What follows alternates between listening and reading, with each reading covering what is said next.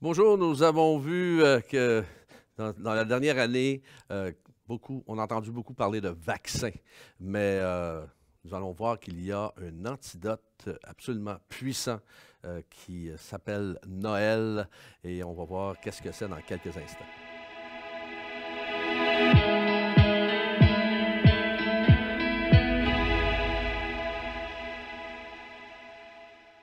Bonjour, bienvenue au café matinal et mon nom est Stéphane Kéry. Ce matin, le titre de mon texte, de mon message, si vous voulez bien, c'est Noël, une révélation de l'antidote Jésus. Et on va regarder ensemble dans Ésaïe 9, 5 et 6. Ça dit, en effet, un enfant nous est né, un fils nous est donné. La souveraineté reposera sur son épaule. On l'appellera merveilleux, conseiller, Dieu puissant, Père éternel, prince de la paix. Étendre la souveraineté, donner une paix sans fin au trône de David et à son royaume, l'affermir, le soutenir par le droit et par la justice dès maintenant et pour toujours. Voilà ce que fera le zèle de l'Éternel, le maître de l'univers. Vous savez, on remarque les composantes de cet antidote ce matin, remarque les différents noms pour le Messie merveilleux, conseiller. En voulant dire, il est exceptionnel, il est admirable, il est sans pareil, il donne de bons conseils. Deuxièmement, Dieu puissant, il est Dieu lui-même. Troisièmement, Père éternel, il règne éternellement. Et quatrièmement, prince de paix. Son gouvernement est celui de la justice et de la paix. Vous savez, le livre d'Ésaïe a été probablement mis par écrit 700 ans avant Jésus-Christ, annonçant la venue d'un sauveur et à qui Dieu a donné toute autorité dans le ciel et sur la terre. Noël approche rapidement, oui, et je réalise que toute l'année, nous chantons des chants qui déclarent la grandeur de Dieu, des chants où nous-mêmes déclarons notre amour pour lui. Et les chants de Noël parlent de la naissance de notre Sauveur, parlent de la naissance de notre Sauveur Jésus, et Noël, bien, c'est vraiment une déclaration et une révélation de l'antidote dont l'humanité a besoin pour être guéri. Et ce monde est tristement et malheureusement intoxiqué par le « je me moi ». Et la cure de désintoxication, c'est Jésus. Nous préférons parfois l'indépendance. Nous préférons, et ça c'est dans notre humanité, on est souvent comme ça, nous préférons le « je suis capable toute seule »,« je suis capable tout seul », pas besoin ou pas besoin de personne pour me dire quoi faire. Et aider les autres, donner aux démunis, aux téléthons, et tout ça est merveilleux, tout ça est bien, et même, je dirais, essentiel, mais ce n'est pas ça qui donne la vraie paix. Uniquement Jésus, Emmanuel égale Dieu avec nous peut faire un impact et la différence dans notre vie. Noël, pour plusieurs, bien, c'est un moment de tristesse parce qu'ils n'ont rien à donner. Ils sont seuls et pourtant, l'antidote, Jésus est là. Il a quitté sa gloire auprès du Père pour venir nous sauver. C'est ça l'essentiel de Noël. Si vous saisissez cela, ça sera le plus beau Noël de votre vie. Vous savez, les chants de Noël vont prendre une toute autre signification lorsque vous chanterez « Ô nuit de paix, ô venez adorer-le, il est né le divin enfant ».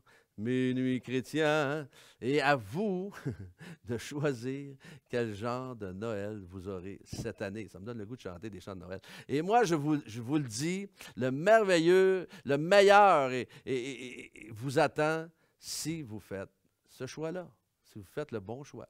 Alors, Jésus est venu tel un antidote pour nous donner la paix, tel un antidote pour nous donner le bonheur, la plénitude et la sécurité. Il est venu tout payer concernant notre nature pécheresse.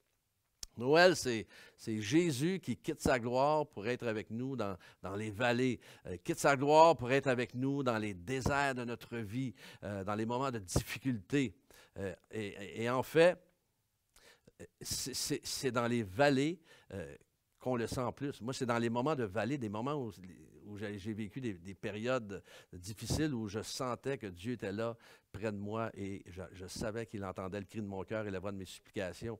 C'est là qu'on ressent la paix, une paix extraordinaire qui dépasse toute compréhension et intelligence humaine. Il y a quelqu'un qui disait, notre Dieu est venu pour être avec nous, souffrir avec nous, avoir mal avec nous, saigner avec nous. Et c'est ça le message de Noël, c'est notre antidote. Vous savez, les dernières années ont semé l'incertitude dans l'air.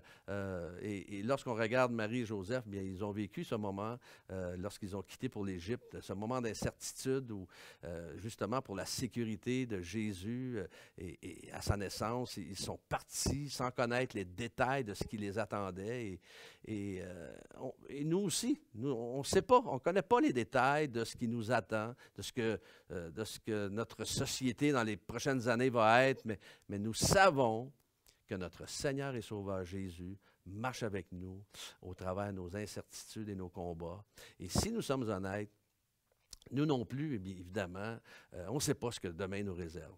Mais on sait une chose, et parce qu'on connaît celui qui est en contrôle de notre lendemain, il désire que nous lui fassions confiance. Et Noël, c'est aussi nous rappeler que Jésus, notre antidote, a réduit la mort à l'impuissance. Alors, lisons ces paroles de Paul à Timothée, dans 2 Timothée 1,10, et à qui maintenant a été révélé par la venue de notre Sauveur Jésus-Christ. C'est lui qui a réduit la mort à l'impuissance et a mis en lumière la vie et l'immortalité par l'Évangile. Cet antidote nous procure aussi la joie. Regarde dans Luc, chapitre 2, verset 10. « Mais l'ange leur dit, ne craignez point, car je vous annonce une bonne nouvelle qui sera pour tout le peuple le sujet de quoi? Le sujet d'une grande joie. » Alors, l'antidote Jésus égale joie dans le monde. Et joie dans le monde, c'est celui qui a quitté encore une fois sa gloire pour venir s'abaisser à nous, sa créature, afin de nous donner accès au Père au prix de sa vie. Et vous serez d'accord avec moi qu'avec ce que nous vivons en ce moment, ce monde a désespérément besoin d'un sujet de grande joie.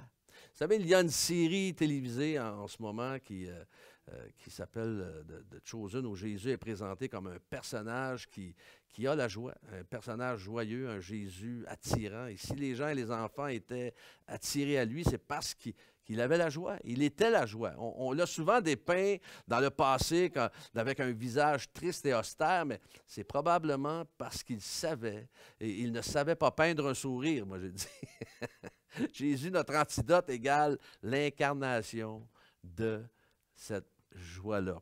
Ça dit dans Jean 15, 11, « Je vous ai dit ces choses afin que ma joie en vous soit en vous et que votre joie soit parfaite. » Dieu désire une joie parfaite pour nous. Jésus avait une joie qui s'élevait au-dessus des circonstances de la vie et sa joie de vivre est en nous. Est en nous comment? Par son Saint-Esprit. Et c'est cette joie qui nous donne une stabilité lorsque nous passons par des moments difficiles. Dommage que ce monde veuille célébrer la joie juste une fois par année, à Noël, parce que nous, on la fête toute l'année. Elle est disponible toute l'année. Elle est disponible toute une vie. Alors, Jésus désire que notre joie soit complète et parfaite. Sa joie va remplacer la peur par la foi. Sa joie va nous réconcilier. Sa joie va nous guérir. Sa joie va nous relever, va nous encourager et nous propulser dans notre destinée qu'il a pourvue pour nous. La joie a quitté sa gloire pour nous donner une vie abondante. Joie dans le monde, c'est la bonne nouvelle d'un sauveur qui a volontairement choisi le pire des châtiments pour nous donner la vie. Joie dans le monde, c'est nous qui étions coupés de Dieu, le Père, et Jésus est venu pour rétablir la connexion qui était perdue. La joie est venue dans le monde afin de mourir pour nos péchés. Alors, en cette période de Noël, je termine avec ceci. Vous et moi, vous savez quoi? Nous sommes des transporteurs de cet antidote. Égal remède contre un mal moral, contre un mal malaise psychologique. Et cet antidote en nous a la possibilité de transporter des personnes des ténèbres à la lumière, a la possibilité de guérir, a la possibilité de restaurer des cœurs brisés, de réconcilier des personnes déchirées par le passé. Vous savez, un enfant nous est né, un sauveur est venu nous sauver, nous dit le texte de ce matin. Cette promesse de salut de Dieu est accomplie et nous pouvons nous réjouir du précieux cadeau du ciel qui a réconcilié la terre avec son Créateur. Nous prions pour que Noël soit un Noël plein de joie, d'amour et d'émerveillement. Je vous souhaite un merveilleux Noël.